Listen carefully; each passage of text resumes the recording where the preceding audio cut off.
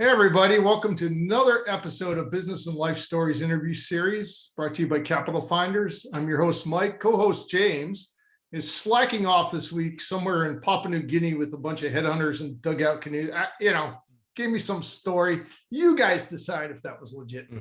Our guest this week is Dr. Stephen Cook, Doctor of Theology, former Vice President at Meals on Wheels. And he's here to talk to us about how he got where he is, what he's doing, give some advice for you business owners and some of you folks out there in the business world that are just struggling with various things. So welcome, Steve. Right on. Thanks, Mike.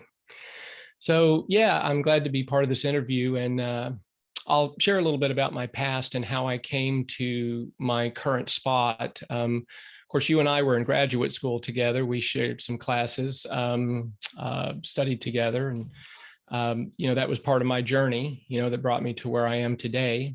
And of course, we all have a journey. We all have a starting point, and then some place that we are journeying to.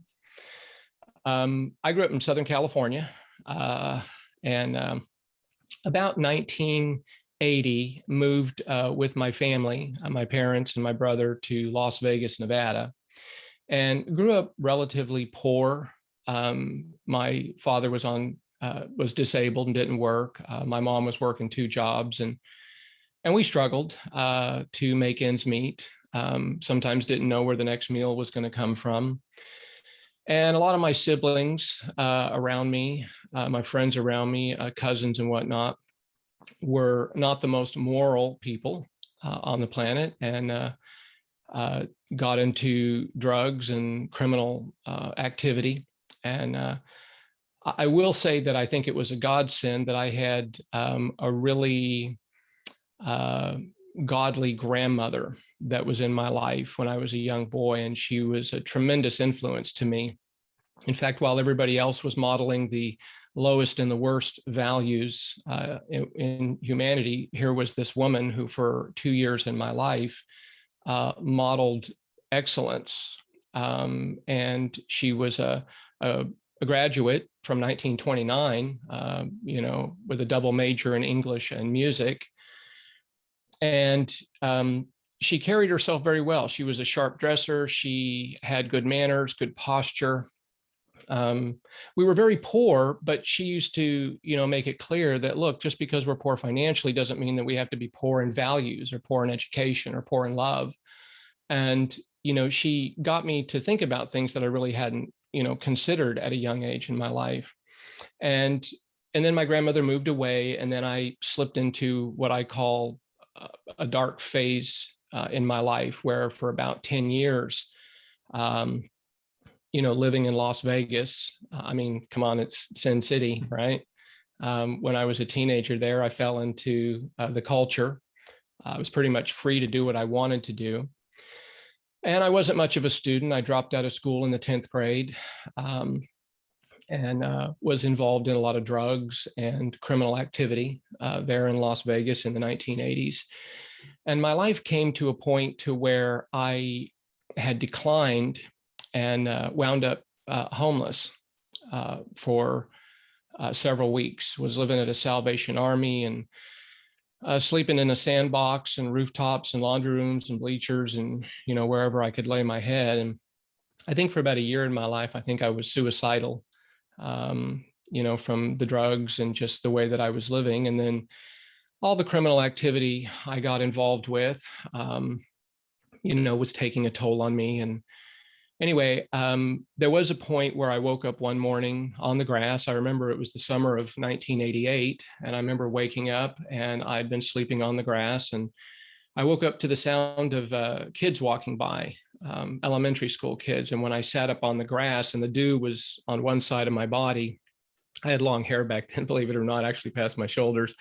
But I woke up, and I remember looking over at the fence at the kids as they were passing by, and they looked at me and I looked at them. And then I wound up getting up off the grass, and I went out onto Charleston Street and sat down on the city bus bench. And I just remember watching traffic going by, and I was just there in that moment, call it an aha moment, where, you kind of look around and you just think, okay, is this my life? Is this how I'm going to be? Is this what I can expect from day to day? And it was at that time, I think, that God really began to speak to me.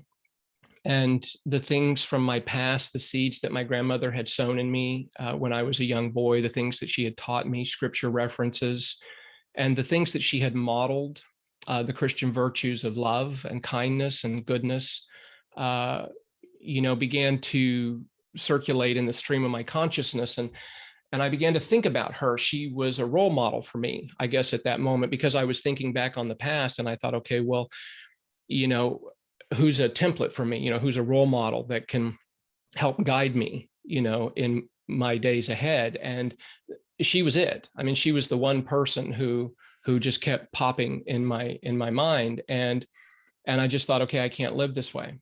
I can't live this way. And so I wound up leaving Vegas. I came out to Texas, Lubbock, Texas, of all places.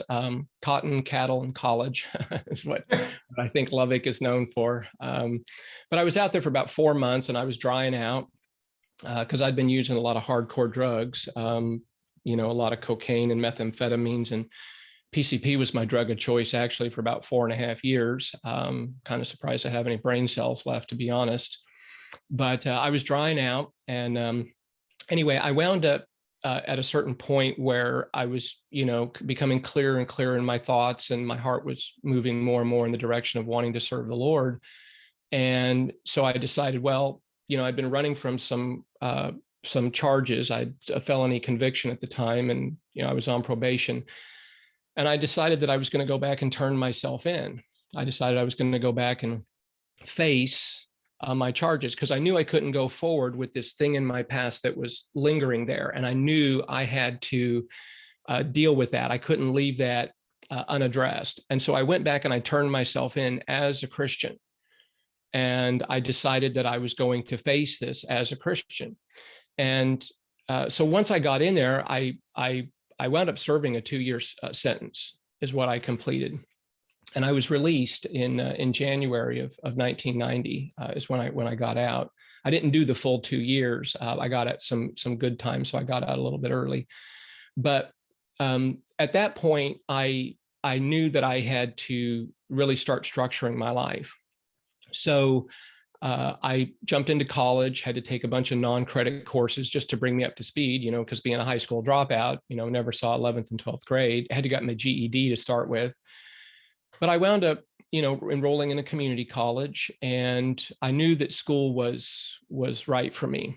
And I did well in school. I actually excelled academically. I really got good grades and made the dean's list a bunch of times. And I wound up switching over from the community college to a university where I completed a 4-year degree. I joke it took me 6 years to cram in a 4-year degree, but I did finish it. It's kind of the standard for us engineers and tech types. Is it? Okay. Oh yeah. Well, my degree was actually in human services, which is like a blend of psychology, sociology. But I and my wife at that time, we'd been married a number of years, and so she graduated as well with a bachelor's degree in surgical technology. Went on to work in the medical field for a number of years.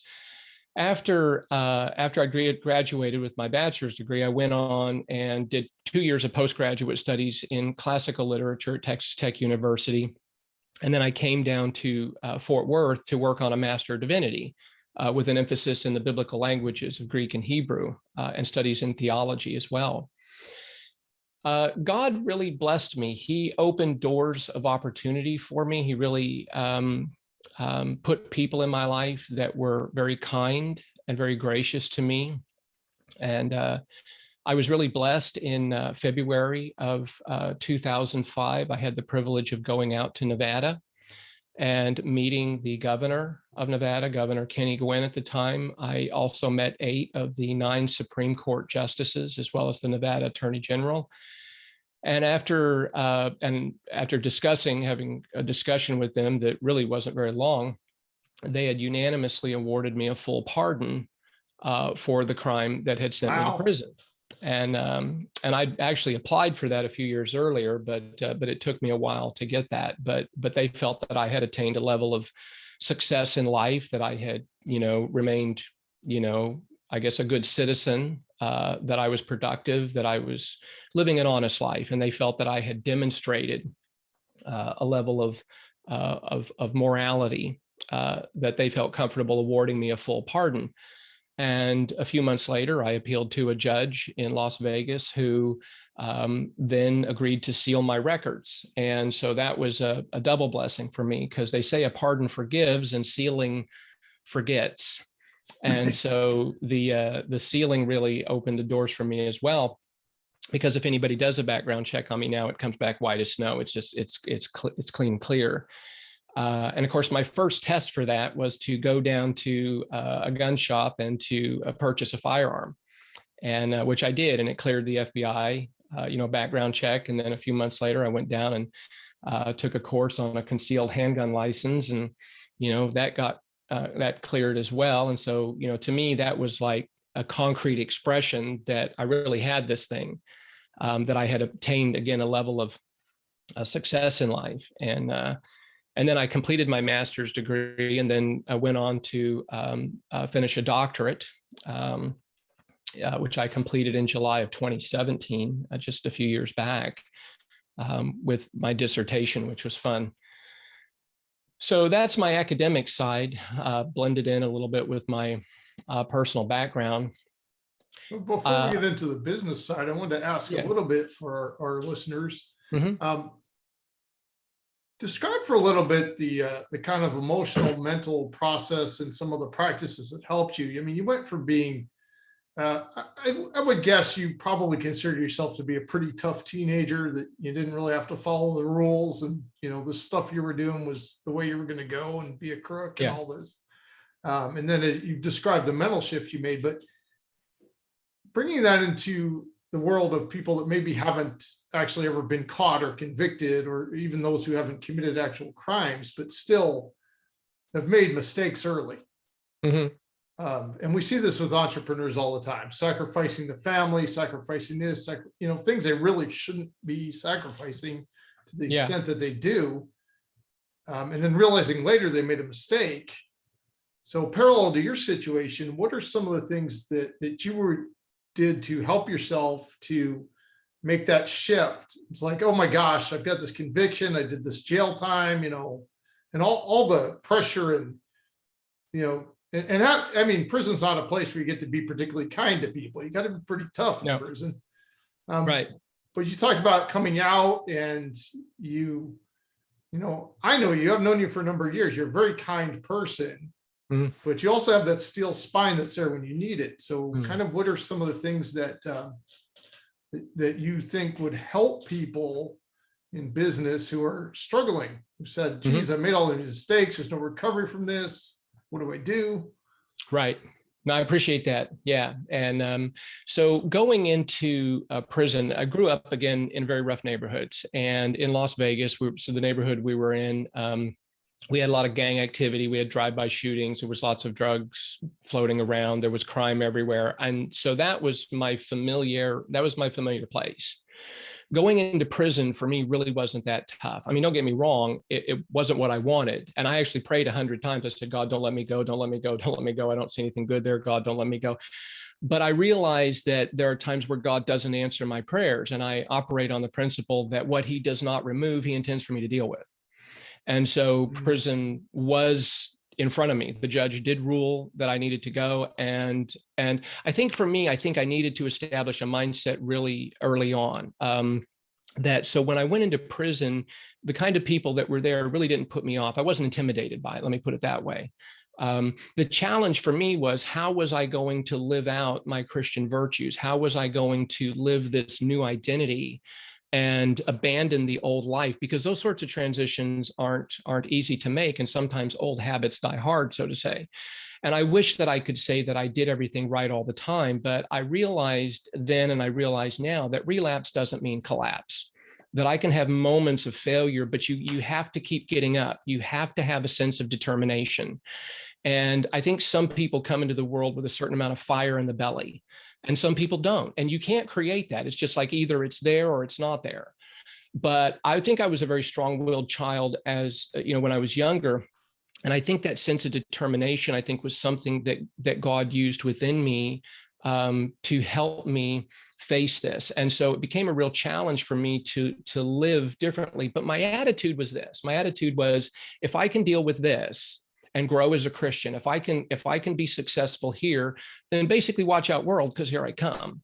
And you think, okay, this is an obstacle for me. And it's one of those things where, I see trials as opportunities to grow. I see trials as an opportunity to shine. And I think one of the things that helped me when I was in prison, and even afterwards, and still helps me today, is just having an overall attitude of gratitude. Because even when the Judge John F. Mendoza, when he revoked my probation and sentenced me to prison, I'll be honest, I went back to my cell and I cried. There was a part of me that I felt like, okay, it's not what I wanted. I'm hurt. It's not the best thing. But there's a wonderful passage in 1 Thessalonians 5 where Paul says, in everything give thanks, for this is the will of God in Christ Jesus concerning you. And it's one of those verses that just flat out says, this is the will of God, right, in Christ Jesus concerning you. But it's in everything, in every situation. Now, there's another place in Philippians where Paul says, do all things without complaining. And to me, that's like the flip side of a coin.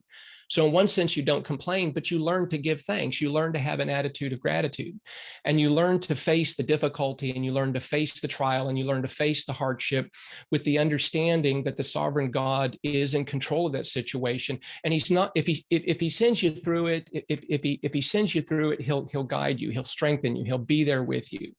And so you trust that, and you trust that God is good, and you trust that he's going to strengthen you. And so you see purpose in it. I mean, you may not like the trial, you may not like the suffering, but it's like the furnace of affliction. It burns away the dross of weak character and then develops those strong characters, those golden qualities that God wants to remain within you. And so you learn to embrace the trial, you learn to embrace the difficulty. And even after I got out of prison, I was met with all sorts of obstacles, because when you're a convicted felon, people don't want to hire you. I mean, they take one look at your resume, and yeah, you may have a certain level of academic accomplishments, you may have a certain amount of work history, you may have a certain thing, but they boop, boop, boop, boop, boop, and they go through to that question, have you ever been convicted of a felony? And you put down yes, because you're an honest person, and they look at that and they say, oh, gee, sorry, we can't hire you. And I was rejected from schools. I applied for a nursing school. They said, sorry, we can't let you in. We don't hire felons. We can't trust you. And so you have all sorts of doors closed. And don't get me wrong, that can be frustrating. But there's a point where, again, you can't, you may have a momentary setback, but you have to just keep persisting. You have to just keep going with it. My grandmother used to use the word discipline. She would say, have discipline, have discipline. And I asked her one time, I said, Grandma, what do you mean by have discipline? And she said, discipline is doing what you ought to do, whether you want to do it or not. That's a great definition. And I thought, okay, go grandma, right? But it's one of those things that she taught me as a young boy.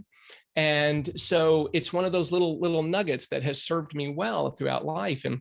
And so I've learned throughout my life to prioritize what matters. I've learned to set certain priorities. And sometimes I have to restructure my life. For example, when I came to work for Meals on Wheels in 2004, which is a fabulous organization, the one I work for here in Tarrant County is one of the finest in the nation, actually. And we produce a little bit more than 5,000 meals per day. Wow. And the logistics of what goes into production and distribution is just mind-blowing. And I'm in my 17th year with them. But when I came into the organization, I came in as a case manager. 4-year degree was all that was required. And I did that for 6 years. And then I elevated up to become a supervisor in my department, where I did all the training for new caseworkers that came in, new staff. And I did that for 6 years. And then when my predecessor retired from the VP slot, I got promoted into the VP slot, which I held for almost 3.5 years. It was 3 years and 4 months. But then what happened was my main focus on life is really ministry. That's where my heart is. I write articles for my blog. I've got my videos on YouTube. I have my podcast. I've written 9 books. I'm working on a 10th book right now. I just submitted a second article for a journal, for an academic journal for publication, but I've been published before in journals. I was just part of a multi-author work. So my focus is really ministry. That's really where my heart is doing that.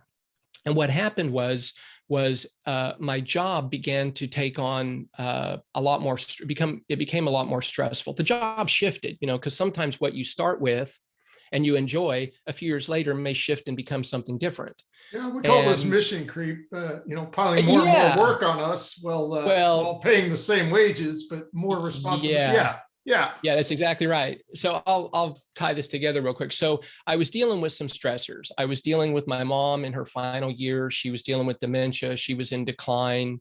And of course, she passed away a few months ago. But I was caring for her. I was up at 4 a.m. at her place, and I'm having to change out her sheets and care for her, and I have to supervise her nursing care, and I have to manage her finances and her living and all of her supplies. And so I'm over there early morning helping her, and then in the afternoons I'm helping her, and I've just got all this stress going on. And then work itself kind of morphed a little bit and turned into something different. And at a certain point, what happened was my stress levels were just off the charts. And my wife noticed it, and people in ministry noticed it, and I wasn't able to focus as much. I wasn't able to devote myself to teaching and study and that sort of stuff. And so at a certain point, I really had to ask what's important to me. And I really felt like at a certain point, I had traded the lesser for the greater. And I was my ministry was paying a price, and my marriage was not optimal. It was not what I wanted it to be. And so I evaluated everything, and I stepped down from the VP position 2 slots back. I went back to being just a case manager. And so I took a cut in pay. I took a cut in responsibility. But to me, then I was able to focus on the things that were really important to me. I was able to focus on ministry. I was able to focus on my marriage, things to me that are much more important. I mean, granted, you have to work, you have to pay bills and stuff like that. But to me, making that adjustment is something that I've had to learn to do over the years. And you just prioritize what matters. You focus on what's important to you, and then you structure your life to focus on those priorities.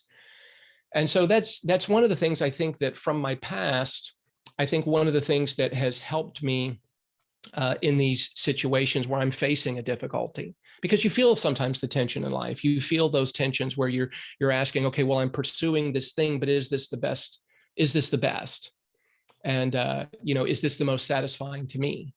And I'm one of these people. I mean, I take my Christianity very seriously, and I don't want to stand before God and try to explain why I traded off my job for my ministry or for my marriage. And I know people. I know a man who years ago started a business, and he's very successful now. I mean, he has a lot of employees, and he's doing quite well financially. His business is succeeding, but his marriage totally failed. And he's totally lost connection with his children. And, you just think, okay, well, what have you traded off? Yeah, you worked hard, you gained this thing, but at what price? And to me, it's just like, I don't want to make those mistakes. But again, it goes back to what's important to you. What do you focus on? And I think if you have those priorities, then you can focus on that. So I think if I could share, those connections, but I think the things from my past and the things, I will say this, I'll kind of shift a little bit here. I think one of the big challenges that I faced coming out of prison was learning to acclimate to the new world. I never even wore a suit and tie. I mean, I didn't even know how to tie a tie till I was 25. And, I had to have, and I had to cut my hair. I had to look more professional. I had to begin to talk more professional. I had to study. I had to be in school. I had to know my material well. And so it was one of those things where it was like the learning curve for me was very sharp, very steep. But I think, again, if you have persistence, and I think if you're willing to learn and stay the course, I think the payoff in the long run will come. I think you just have to have that determination, and you have to have that fortitude. You have to stay the course. It's a long-term thing. You can't think short-term. I mean, it's nice when you get those short-term, return on investment, so to say, but you really have to think long-term. You really have to think about, what's the end goal? Where do you want to be? And, I guess for me, it keeps coming back to, my focus is ministry. My focus is impacting the lives of people with the message of the gospel and with biblical teaching. And so when I come into a conversation, when I go to write an article, when I go to produce a blog, when I go to make a video, I always ask, what value do I bring? What questions am I answering? What solution am I providing? How am I helping the audience that I'm addressing? And so I'm very much in tune with that way of thinking, and just trying to bring God's word to people and to life. Is very much what drives me. I'm really glad you shared that with us. So Yeah. for, we got a number of our listeners that are not Christians. We got people from all kinds of different faiths. How would you advise business people to translate some of that, as far as, you're at work having to deal with bullies or deal with difficult people? And of course, the whole point is showing up for work. Mm-hmm. Or starting up a business is to provide value. As you just said, we always have to be thinking about the value we're providing, how we're bringing that, who we're helping. Mm-hmm. How did you, for example, Meals on Wheels? That's a massive organization, particularly where you are in Fort Worth. Mm-hmm. It's huge. How do you deal with difficult people? Or how can our listeners, they're let's say we're focused on doing something great, and our customers or our boss is super happy with us, our co-founder's happy with us, but all of a sudden, some bully from another part of the company shows up and starts trying to derail things. Mm-hmm. What are some of your favorite techniques to get these people defused and out of your hair? Well, in one sense, you can do your best to be diplomatic. You can do your best to problem solve. I think it was Sir Isaac Newton that said diplomacy is the art of making points without making enemies. Yes. And so, so you want to be diplomatic, you want to be kind, you want to be polite. And I've learned over the years that to expect that sort of thing. The first couple times it happens, and the first couple times you're met with hostility, whether it's from somebody below you or an equal or above you, you're kind of caught off guard by it. And you're like, okay, well, what is that? And I didn't see that coming, and I didn't expect that. And culture should be better. And I realized that I think for me, it's a mindset that when I see people, I see them as, again, an opportunity to grow. I see them as an opportunity to shine. And it's, for me, it becomes one of those things where I want to respond and not react. And there's intentionality there, because in my mind, I need to take that initiative. And so like some people may not know me, and, so when I walk through the building, I'm very intentional. If I see you, I'm going to smile at you. I'm going to greet you. I'm going to treat you with a level of respect and dignity, because you're a human being. You're made in the image of God. Biblically, you're an immortal. You're going to live forever. Now, whether or not you spend that forever in heaven or in hell, that's a Jesus decision you have to make. But nonetheless, you're an immortal. You're an important person. You have significance. You have value. You're made in the image of God. And even though I may not like your behavior, I can still see you as somebody who has value that is intrinsic to you. And again, that's where I think I bring my biblical worldview in, because if I come from an atheistic worldview and I believe in a purely materialistic universe, then I have to believe that everything is the product of matter, motion, time, and chance. That you have matter that's set in motion, and that's how chemistry begins to work. And if you give enough deep time and enough randomness, well, the idea of the atheist is, here we are. But we're no different than the rest of the animal kingdom. We're just a naked ape, so to say. You come from the goo to the zoo to you, to use a phrase. Pretty good summary. But if all I am is just the accidental collection of molecules, just matter, motion, time, and chance, if all of my thoughts and feelings and desires and aspirations can be reduced to electrical, chemical impulses in the brain and the body, then what am I? What is my value? How am I any more significant than a rock, a fish, a worm on a hook? But if I come with a biblical worldview and I see you as somebody who is made in the image of God, even though fallen, I can still treat you with a level of respect and dignity, because there's something about you that is special, that is unique. And I can see that. Jesus said, love your enemies, pray for those who persecute you. Well, and this brings up another issue. To me, love is not an emotion. Love is a commitment where I seek God's best in your life. In fact, I can't conjure up an emotion. Emotions are dumb in many ways. Emotions are responders. That's all they are.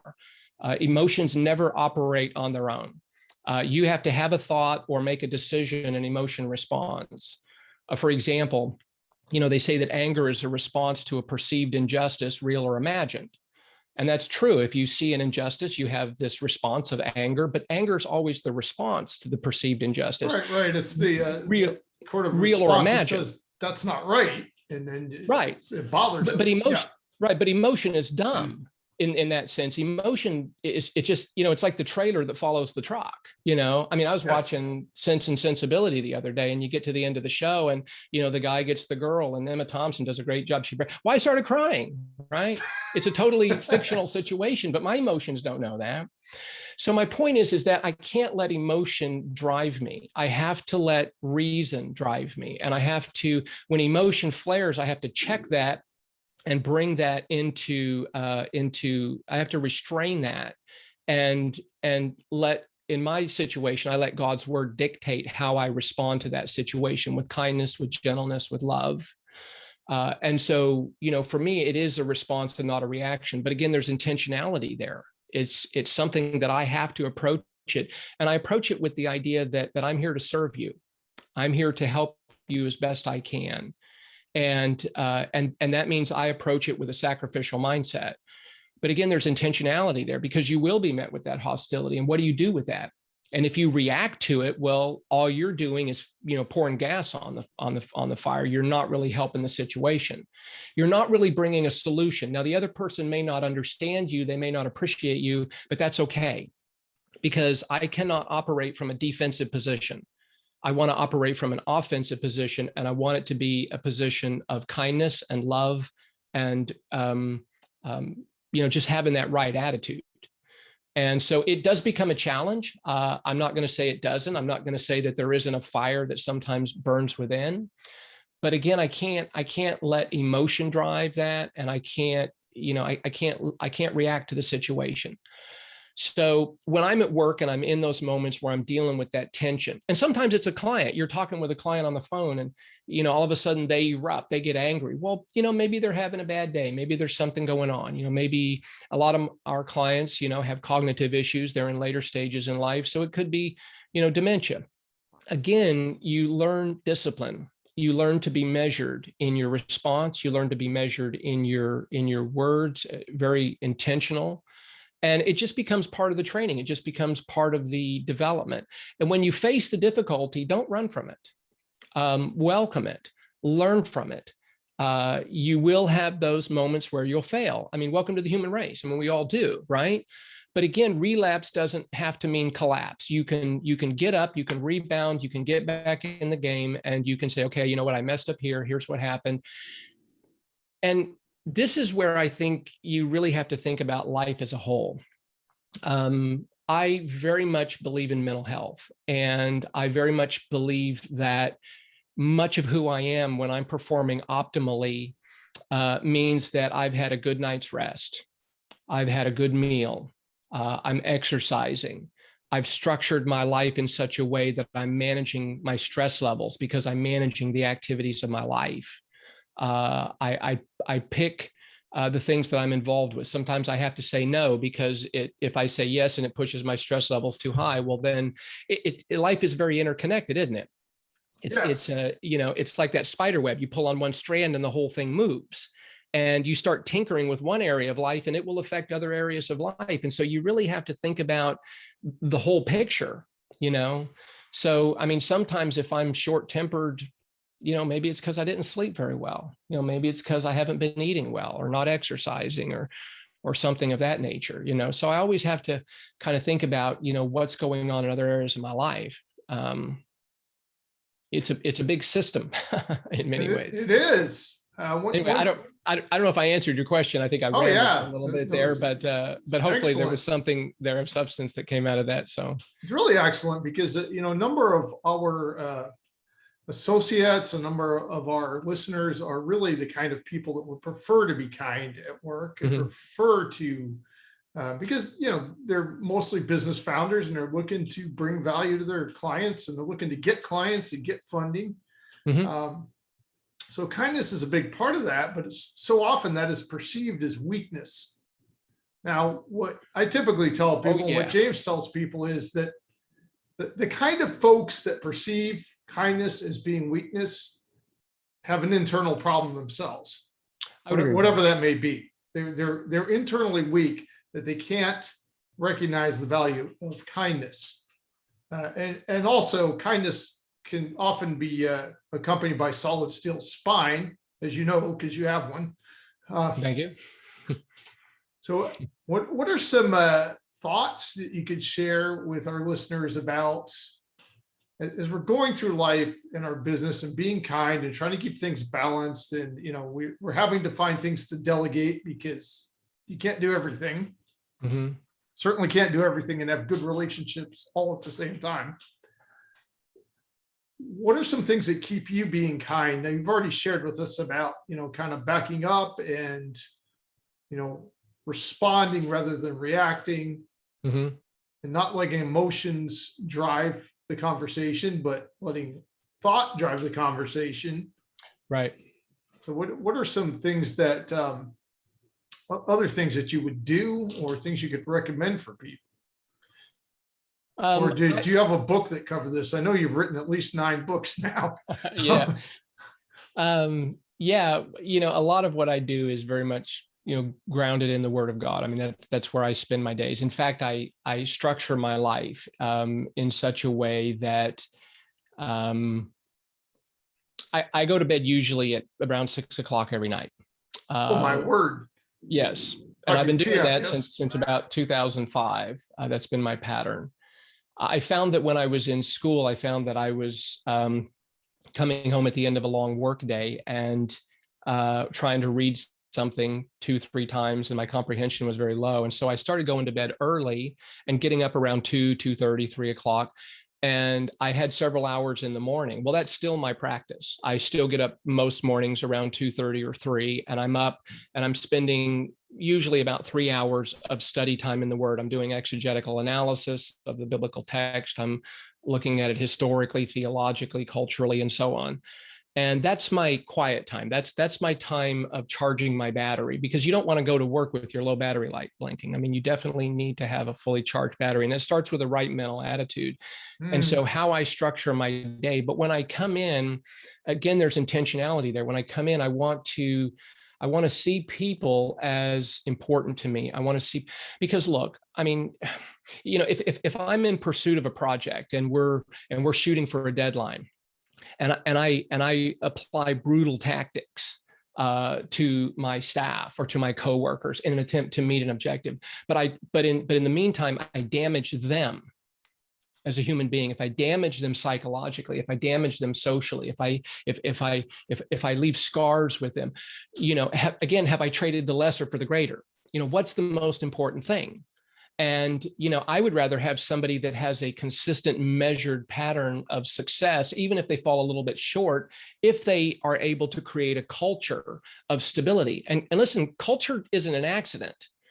Culture is the product of people and decisions, and even prison culture. Yeah, exactly. I mean, prison culture is no better or worse than the people that make up its population. And it could represent the highest and best if the people within it chose those values and operated. But when I'm working with my staff, and whether it's, again, people with me, below me, people above me, I always want to treat them with a level of respect and a level of dignity, and always try to nurture the relationship. Now, that doesn't mean that there aren't times where I'm tough. I am tough. And I have to let people know, look, annual review's coming up. Your performance hasn't been great, and I cannot justify a full raise for you if you don't step up to your game. And so you have to set a bar of excellence. I mean, come on, you're in business. You have to do that. You have to survive. I mean, let's be honest here. And you shouldn't shorten the bar. It should be a high standard of excellence. And we, at my organization, we have a very high bar. In fact, we're, again, one of the best in the nation as far as what we do. And I'm very proud to be part of that team. That's an excellent organization. But again, it's one of those things where when I come in, I want to set a very high bar of performance. But I also, when I come to people, I don't just dump on them and say, okay, you need to make it happen. I approach them with the attitude of, how can I help you succeed? What can I do to bring you to the place of excellence that I want everybody in this department to be? And so I come alongside them. I want to encourage them. I want to build them up. It's funny because the Greek word for encourage translates the Greek word koidome. It's a compound word, oikos, house, dome, to build. And to encourage means to build up. And there are times where I've had to come down. There's times where I've had to write people up for insubordination. And again, there's times where you have to do that. I mean, even Jesus got tough at times. Even Jesus got tough with the disciples. I mean, read Matthew 16, read Matthew 23 sometime. You don't want to see Jesus get tough. But nonetheless, if you look at the general pattern, it was that of love and mercy and kindness and goodness and gentleness. And that was the preferred mode of operation. And that's how I prefer to be. And so when I'm dealing with people, I prefer to encourage them, help them. And I'm very intentional with my language. When I approach them, I say, okay, how can I help you succeed? What can I do to make you better? What can I do that we can elevate performance here? So I want them to feel like I'm not just coming and making demands, but I'm willing to come alongside them and to encourage them and to support them and to help them. And if they got some family issue going on, I want to know that, if there's, if their dog is dying, I want to know that, if they're dealing with some financial issue, I'd like to know that because it helps me help them, with resources or whatever they need. Because again, you have to deal with people, as being valuable, as being significant. And if you treat people that way, they will learn to appreciate you. Now, again, there's always those people that aren't going to fit in. They're not going to do good. And I've even had to terminate people. And you hate to do that. It's always a last resort. And I think even that can be done with tact and professionalism and diplomacy. And even that can be done with a degree of gentleness. But again, I would argue that there's intentionality there. And you're holding things in tension, aren't you? Because in one sense, you're thinking, and here's the deal, is you have to learn to be comfortable with the tension. I don't always want the tension to go away. I realize that if you're succeeding in life, you're living with tension. I mean, come on. You're wanting to set the bar high. You're wanting to set a standard of excellence, and you're wanting performance because you have to meet production. I mean, you have to. People's lives depend on it, and so you have to be willing to put out the production. But at the same time, you want to encourage, you want to build up, you want a team that shows up and is jazzed in the morning. You want them to feel appreciated. You want them to have esprit de corps. You want them to have that team spirit, and so, again, that takes time. It's not easy. It has to be cultivated. Not everybody fits into it. I mean, but, again, you have to do the best that you can. And there's many good books out there on leadership. And, for me, I think the industry that I'm in, the model of servant leadership, to me, is something that resonates with my Christian values. And I had a seminary professor, he used to say, there are no such thing as servant leaders, there's only servants. And I kind of see his mindset, because when I come in, I literally, even if I'm the VP and you're, one of my casemen, when I came in, it was still, how can I serve you? I mean, look, Jesus in Mark 10:45 said, the Son of Man has not come to be served, but to serve and to give his life a ransom for many. And you read John 13, where Jesus in the upper room lays aside his garments and dons a towel, the clothing of a servant. He gets down to wash the disciples' feet. Here is the God of the universe. Here is the theanthropic person, the King of Kings and Lord of Lords, who in that moment became the servant of servants when he humbled himself to wash the disciples' feet. And when he's done, he gets up and he says, do you understand what I've done for you? And I've given you an example that as I have done to you, you're to do to one another. And that idea of servanthood is very much at the heart of Christianity. And for me, it coincides, it resonates with the industry that I'm in, because we're helping seniors and the poor and the widows and the disabled. I mean, we're helping some of the most vulnerable and frail in society. And I love that. Proverbs 14:31 says, he who helps the needy honors God. And, I like that. Again, that resonates. I like that too. And if I'm having a bad day, I'll be honest, I can get out and run a Meals on Wheels route and I feel much better. Again, that emotion will come around. Emotion follows thought, emotion follows action. You change your thought, your emotion will change. You do good, you feel good. And isn't that amazing how that works? Because it is. We tell people all the time, running a business, starting a business is one of the highest stress endeavors you can get into. But when you do something good, something positive, at least once a day, it makes a massive difference. Big time.